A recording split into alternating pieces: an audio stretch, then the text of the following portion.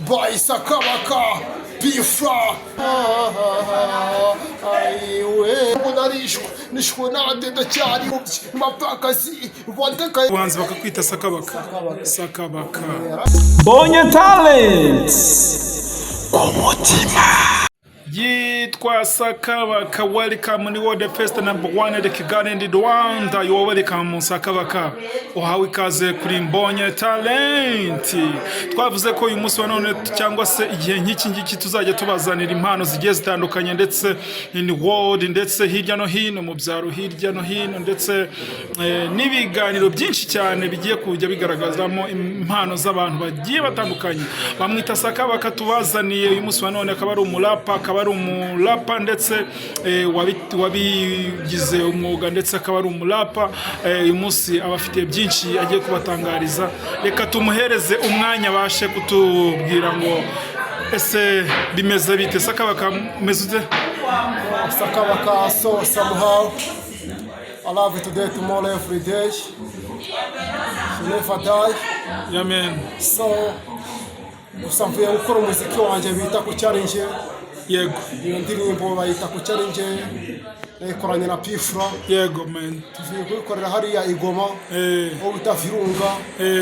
Ariko byangoye cyane kugira ngo na Pifra kubera ko kuva Kigali bito ukaza hano Igoma. Nabizi uburezi turere tugera muri dutatu ndabizi urarenga aho ukaninga za Musanze ukaninga za Nyabihu ukaninga akarere ka Rubavu ukavuga ko wambuka umupaka. Ariko tuso somehow Abanyarwanda dukunda umuziki kugira ngo tuzabashimisha mu muziki wa hip hop. Yego.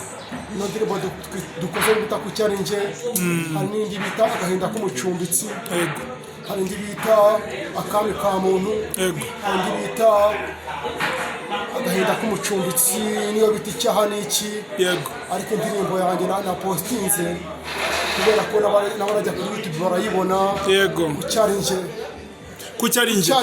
Watera kapela ku challenge by Sakabaka Bifra. Ku challenge we byaziye, ku challenge we bisanza, ku challenge bibayeho bikacengura umutima, ku challenge wagahinda umubabaro kubabara.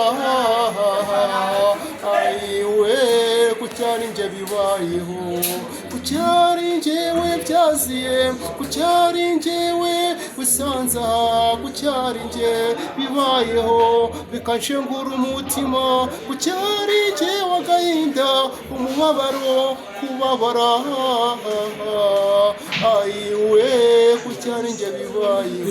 Amen. Wasitse uko nishatse mana neva suko ubishatse mana rekera kuneza abantu birahagije amazizwa no kuri isi nimesh nubwiye gusabye siki byari bihumye sikugutegeka mana pfukamye imbere yawe nifuza ko yaravya ese niyijirirwa cyangwa nisesererwa iyo ari gutsinzira nanyuzemo ukwagira bidasanzwe kwanda n'urugamba k'ubuzima maranira kuzarusoza mu gicukuzi ngandikandara nandika musuma zose shaka kuzerekeza kubashaka kumbuza Babyloni zinyura ngo narishwe nishwe nande ndacyariho fata pisi ukomereze burya buri wese abazibye icyo utazi ni kimwe tubaye cyane no kuri isi y'akababaro imfubyi mapakazi wandekaye hirya hino bararira bamwe bambaye ubusa abandi barajya bamwe bakabura ibyo byose bikambabaza nzakurika kugira ngo nereke Abanyafurika ko ibyo mvuga ari ukuri yaravya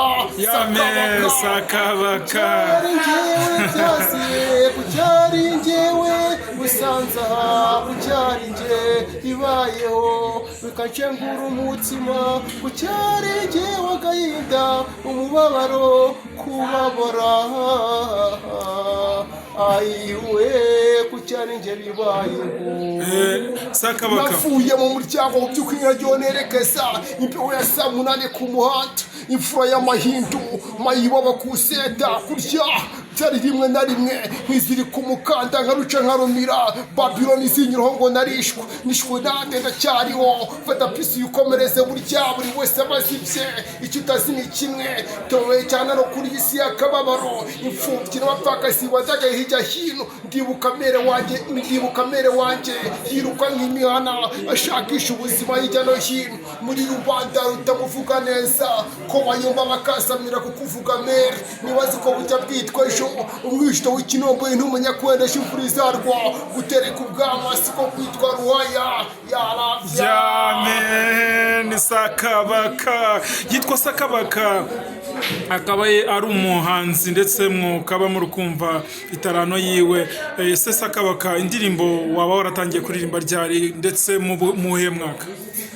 tangiye kuririmba indirimbo yanjye bwa mbere ya segonderi aho bita Seti Famille Kigali ariko mu akaba ari Musanze uratangira umuziki wanjye yego watangiye umuziki 2000 na kangahe 2015 indirimbo ya mbere wabashe kuririmba ni yitwa ngo iki Nzabigeraho ese indirimbo Nzabigeraho watera akapera gatoya kagerageje kuba mu masegonda nk'atanu cyangwa se Nzabigeraho nubwo mpura n'imitego nubwo mpura n'imbogamizi nzabigeraho nubwo mpura n'imitego nubwo mpura n'imbogamizi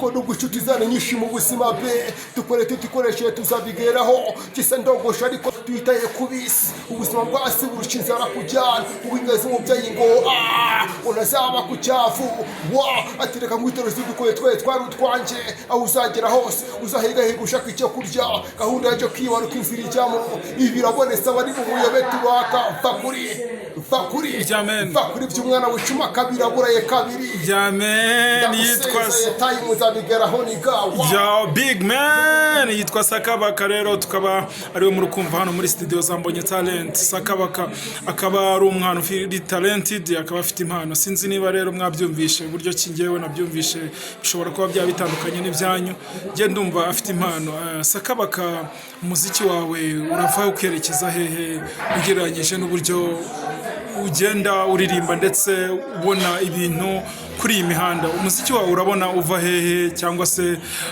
ugana he gusa nta management ngira ariko kubera Imana inshallah hari akantu bavuga mu cyongereza kavuga ngo my home is my head I never forget you my home is my head bisobanura iki mu Kinyarwanda bisobanuye ngo mu rugo hanjye niho mu mutwe yego ngomba gukora umuziki uko nishoboza yego bugiye Imana ikintisha ubuzima hano kuri iyi si ngomba gukora cyane kubera ko ni ibintu byaje muri ibintu nkunda wowe ubigenza gute nta management kuko umuziki kugoye muri ubuzima bwo hanze ubigenza gute kugira ngo ubashe kujya muri studio ndetse ubashe no kunakora n'amakorabo n'abahanzi barenze ubasha nirihe banga ukoresha somehow usibanganye nizera ko Imana ari rizi byonyine kubera ko ndibuka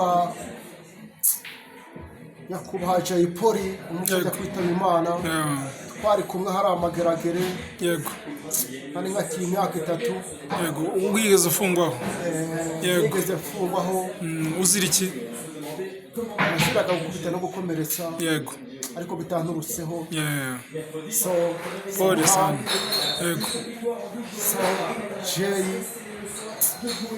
niseraga ko nitubaza dusohote kiriya gipangu tuzakorana indirimbo bita yego Akabi ka muntu yego ariko somehow ntabwo ariko byaje kugenda ukuntu byaje kugenda ni Imana yaje kubigena nyuma yaho hari indirimbo twari turi kwandika ntabwo twayikoze ariko wowe na Jay Polly hari indirimbo twari kwandika tubumita nyihinduramo irandi nimevuga ngo icyizere okay icyizere wayitangiye kwirimba ryari icyizere tangiye kuririmba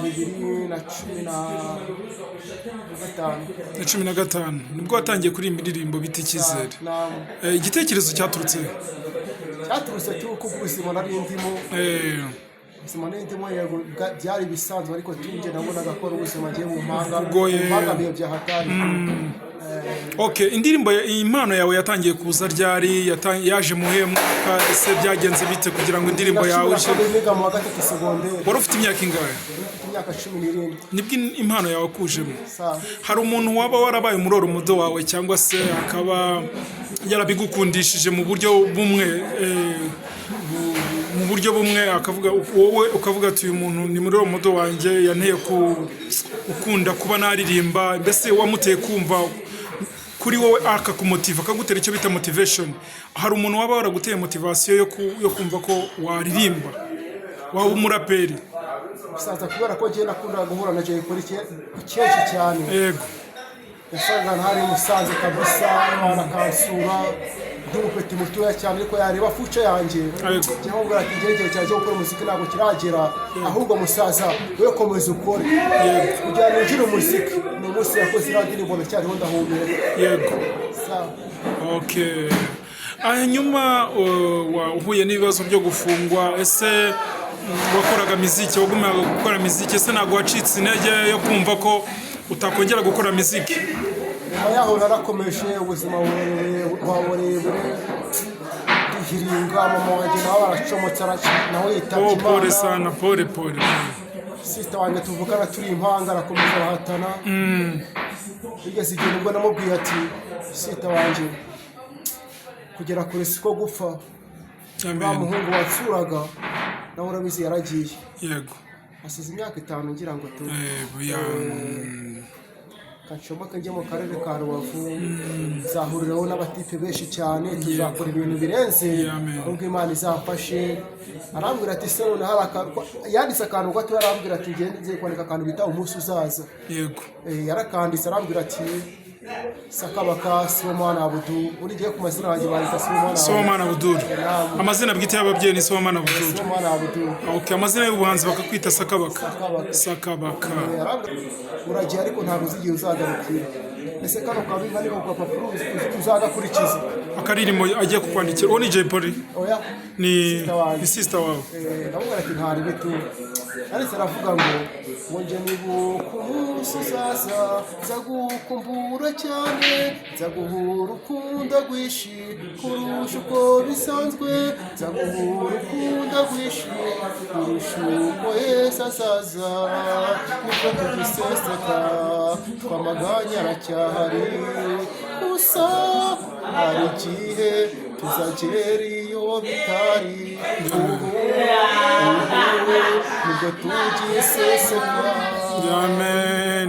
Naramubwiye ati so alhamdulillah rabbil alamin iza jana suwayi wali fatiha aswasi bihamdu rabbika astaghfiru ila wakana tawab. Yego, umunsi uzaza nanjye nzakubwira icyo nakuye mu nzira ngiye kugenda. Yego, hanyuma Sakabaka tugusanze imihanda, duhuriye imihanda, tubwiye ko ufite impano ndetse unavuye muri Congo gukora future collabo na Pifura. Ese Pifura kugira ngo mubonane byagutwaye igihe kingana iki, cyangwa se byagutwaye umwanya ungana iki kugira ngo mubonane? Pifura ni umuntu twahuze dukorana hari Nyamirambo, ariko akangira inama nanjye nkagira ikindi kintu namubwira. Ku wa gatandatu wa kiriya kimwe nibwo twahuriye Musanze. Yego, ari gukorera indirimbo aho bita hariya kwa Nuza, aho ikiyasa akorera ariho Nuza uriya muhungu wakoreraga hariya ku Majengo uriya bita Young P. Yego, turaganira ubwira ko ufite beat hari igoma. Yego, uganira na Nuza na Pifura.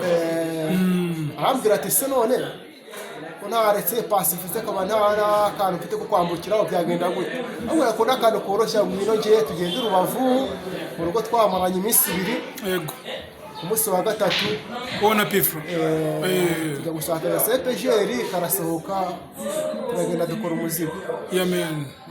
Byari byoroshye se gufatisha Pifura cyangwa ni ibintu byari byoroshye kubera ko ngiye ahantu nagiye nahisemo Musanze. Yego, kuko nanjye nayo ifite inzozi zo kongera kugira ngo urukundo twerekana 2013 akavuga 2025 kumva ko ari urugendo rurerure. Okay, ni urugendo runini cyane. Wowe na P-Fla ni akahe gashya wabonye kuri P-Fla? So somehow hari byinshi cyane namwigiyeho, byinshi cyane ngiye kujya nkurikirana munsi ku munsi. Yego. Ni ikihe kintu wumva nka P-Fla murumuna wawe wakwemereye ko mukorana korabo, ese wabyakiriye ute mu mutima wawe? Gusa nabyakiye ndanabyishimira, gusa nanjye nibajije impamvu byakozwe, ahubwo nanjye na n'ubu ngubu biracyacanga mu mutwe wanjye. Ntabwo uzi ukuntu ngera nawe na P-Fla tu. Ntabwo uzi ukuntu wahuye nawe. Ese Imana yabikoze. Ese bamwe na bamwe ntibaba bavuga ko ari agatwiko kuba ushaka kumva ko ushaka kuzamukira kuri P-Fla, cyangwa se ukaba wenda ari bya bindi by'abahanzi by'agatwiko kuvuga ko yafatanyije n'umuhanzi w'icyamamare mu gihugu nka P-Fla bazi mu gihugu. Buri rubanda ntibabyumva ko ari agatwiko, babifate nk'ukuri cyangwa babifate nk'agatwiko? Ukuri no kuri YouTube bajyeho kabisa barabibona. Bandike Sakabaka. Kuki ari njye by Sakabaka. Kuki ari njye by Sakabaka. Okay, Sakabaka, hashize imyaka ingahe ukoze muziki ukoroheye cyangwa se uko ugukomereye? Hashize imyaka ingahe? 2015. Ariko nakoze iriya ndirimbo bita Nzabigeraho. Ni mu ndirimbo zawe ukunda, ese ni iyihe indirimbo igufasha mu buzima bwawe busanzwe n'uyu munsi ukaba uyumva ukumva ko ari indirimbo nziza cyane? Niyo bita Nzabigeraho. Okay, niyo ya mbere wakoze. Nayikoreye kwa Leonce kabisa. Leonce. Okay, hanyuma se Sakabaka umuziki we ese umuziki, inzira z'umuziki cyangwa se inzira zo gukora muziki zirakorohera wowe nk'umuhanzi, nk'umusani? Gusa n'ibintu babihambaye, ariko tu kubera Imana inshallah bagomba guhatana kubera ko ari ibintu nkunda.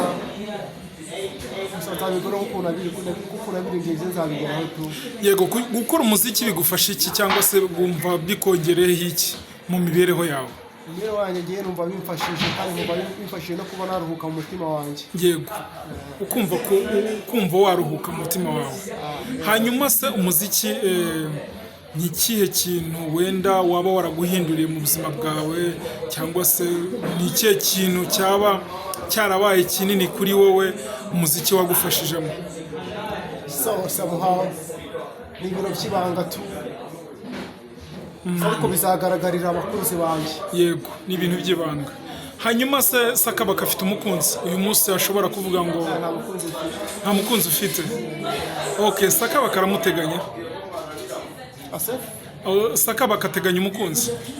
Ndamuteganya mu minsi izaza tu. Sakabaka, waririmbye indirimbo kare tugitangira, twaguhaye umwanya uraririmba indirimbo, twabonye emotion zigaragara ku maso yawe. Ni iki watekerezaga, cyangwa se iriya ndirimbo waririmbaga yakwibutsa giki? Kucyaringi. Kubera iki yakwibutsa giki mu mitekerezo yawe? Uburyo wayiririmbaga ufite emotion, amarangamutima, mbese ibintu byinshi byagaragaye kuri wowe, amarangamutima yagaragaye kuri wowe, amarira ari kugaragara kuri wowe. Ni iki yakwibutsaga, memory yazaga muri wowe? Indirimbo nkoranye na P-Fla ni indirimbo y'amateka tu, ni indirimbo y'ibihe byose. Yego. Ahubwo ejo muri tariki 2 z'ukwa mbere, yego, agashusho kajya ahagaragara, abakunzi bacu twese bamenye ukuri. Amen. Hanyuma mu ndirimbo ariko twakubajije, ese ni akahe kantu kazaga mu bitekerezo byawe? Kuki ari njye, kuki ari wowe, cyangwa se kuki ari njye? Ni akahe kantu kazaga kagutera emotion? Ese ni P-Fla cyangwa ni uko hari ibindi kantu kantera ku challenge? Hari umunsi umwe tu tugenda nakoreraga hari Kigali tu hari Kicukiro Center, ahantu muri salo. Naho gufata ko kazi kanje. Yego.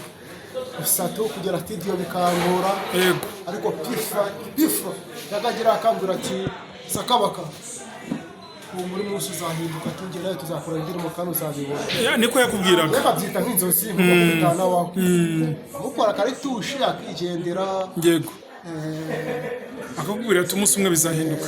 Hanyuma nakaye kantu kagukoze ku mutima, yaba ari ako ngako cyangwa yaba ari ibindi bintu wari ugutekereza muri wowe? Kagukoze ku mutima n'akantu bita Nzabigeraho. Nzabigeraho. Okay, none ubigezeho, murafatanyije? niko kantu kagukoze ku mutima. inzozi zibaye impamo Inzozi zibaye impamo. Yitwa Sakabaka. Uyu munsi wa none twazanye kuri Mbonye Talent umuhanzi bita Sakabaka, akaba yaririmbye indirimbo zigiye zitandukanye. Mwamwumvise ko yabashije kuririmba indirimbo zigiye zitandukanye ndetse indirimbo nziza cyane. Ari zimwe mu ndirimbo yaririmbye ku cyarinjye nawe wabigeraho, nzabigeraho. Ni zimwe mu ndirimbo yagiye turirimba. Aha, okay. Sakabaka mwamwumvisha ute? Ese Sakabaka mu buryo bw'imiririmbire yiwe murabyumva ute? Ese Sakabaka mwamufasha iki kugira ngo abashe gutera intambwe yerekeza imbere? Kuko kubera ko urwego ariho cyangwa se level yariho ashobora kuba atariyo yifuza kuba yagumaho, akaba yakwifuza gutera intambwe akagera kure cyane harenze intekerezo ziwe. Sakabaka uyu munsi wa none, Sakabaka umuziki uroroshye gukora cyangwa se uragoye? umuziki uragoye kubera ko kujya studio bisaba amafaranga tu, cyangwa se no kuba ufite management. Yego. Ariko tu kubera Imana inshallah abera byishoboza tu. Yego. Kugera kure siko gupfa umugani w'umuhungu bita Jay. Yego. Hariho Simani mwereze ukuri gashira. Amen. Jay, bless the peace brother. Yego. Inshallah. Pole sana kabisa. Urupfu rwa Jay Polly rwagukoze ku mutima cyane, biragaragara. Kubera ko n'umuntu mwari musanzwe mufunganwe. Pole sana. Okay, Sakabaka ni sasa ni bro kibago cy'umuco cyane n'amarake mu mwasa. Pole sana. Pole ubuzima buzakomeza mu muri yangane kandi inshallah Imana izagufasha mu buryo budasanzwe. Hanyuma tu nagusezera. Yego. Hanyuma Sakabaka twasoza wibutsa abakunzi bawe indirimbo bagushakiraho. Indirimbo bashakiraho niyo bita umwijuto w'ikinombore. Umwijuto w'ikinombore. Okay. Sakabaka ese niyishirirwa cyangwa nisesererwa, iyo ni gutizi yaranyusemo ukwagira budasanzwe mwana n'urugamba rw'ubuzima mparanira kuzarusoza n'igicukuziganje kandi nandika musumba zose shaka kuzerekeza kubashaka kumbuza Babyloni zinyiroho narishwe nishwe nanjye ndacyariho fata pisi ukomereze burya buri wese abazibye ishuta zini kimwe tubajyana no kuri isi y'akababaro imfubyi n'abapfakazi bandaga hirya hino bararira bamwambaye ubusa abandi barajya mu byo bakabura ibyo byose bikambabaza. Nzakuriko kugira ngo nibuka abanyafurika ibyo mvuga ari ukuri.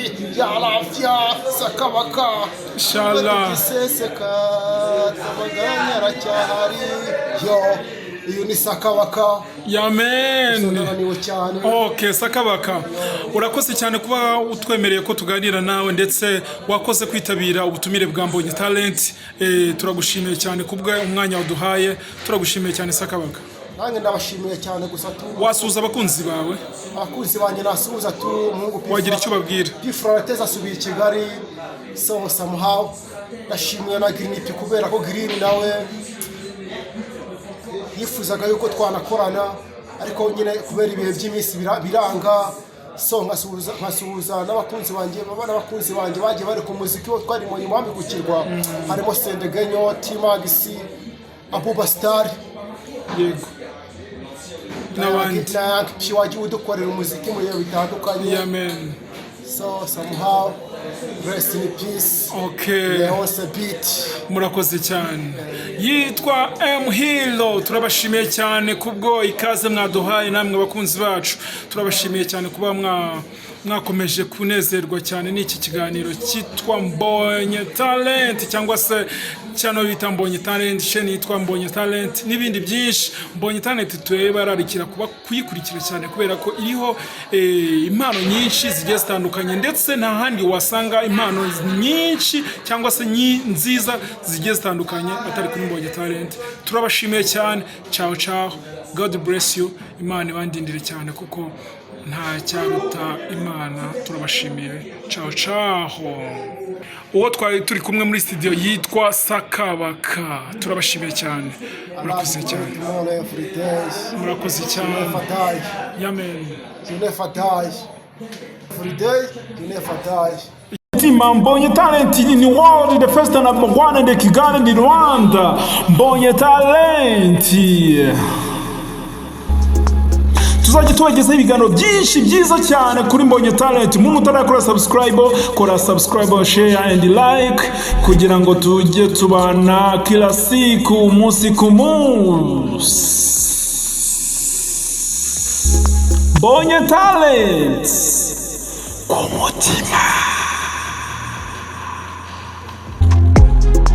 Wifuza ko tumenyekanisha ibikorwa byawe bigiye bitandukanye? Mbonye Talent irahari, ikubera igisubizo. Mbonye Talent in world best number one in Kigali, Rwanda.